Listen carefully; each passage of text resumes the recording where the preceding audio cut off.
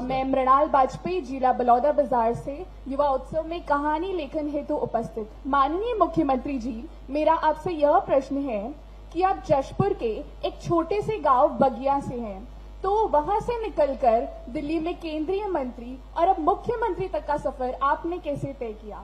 मैं एक छोटा सा गांव का रहने वाला, आज 2,500 की आबादी हो गई होगी। मैं जब मात्र 10 साल का था, ठीक से हम अपने पिता को समझ भी नहीं पाए थे और उनका साया उठ गया था। और मेरी माता जी, वो दोनों, माता और पिता दोनों का रोल की, पिता का प्यार भी वो दी, बड़ी लीडर महिला थी और हमको पढ़ाया लिखाया भी। लेकिन क्योंकि हम 4 भाइयों में सबसे बड़े थे, हमारा छोटा भाई तो 2 महीने का था जब पिताजी गुजर गए। जब हम देखे कि माता जी हमारी महिला होके इतना अच्छे से हम लोग का घर द्वार, खेती बाड़ी सब देख रही है, पढ़ा लिखा रही है, तो हमको भी बड़े भाई के नाते जिम्मेदारी संभालनी थी। तो हमने भी प्रण किया कि हम भी इस परिस्थिति से मुकाबला करेंगे और सबसे पहले अपनी माताजी को ही अपना रोल मॉडल माना और पढ़ाई किया और अपने भाइयों को भी अच्छे से पढ़ाया। एक भाई को इंजीनियर बनाया, यही रायपुर के साइंस कॉलेज से वो BE किया,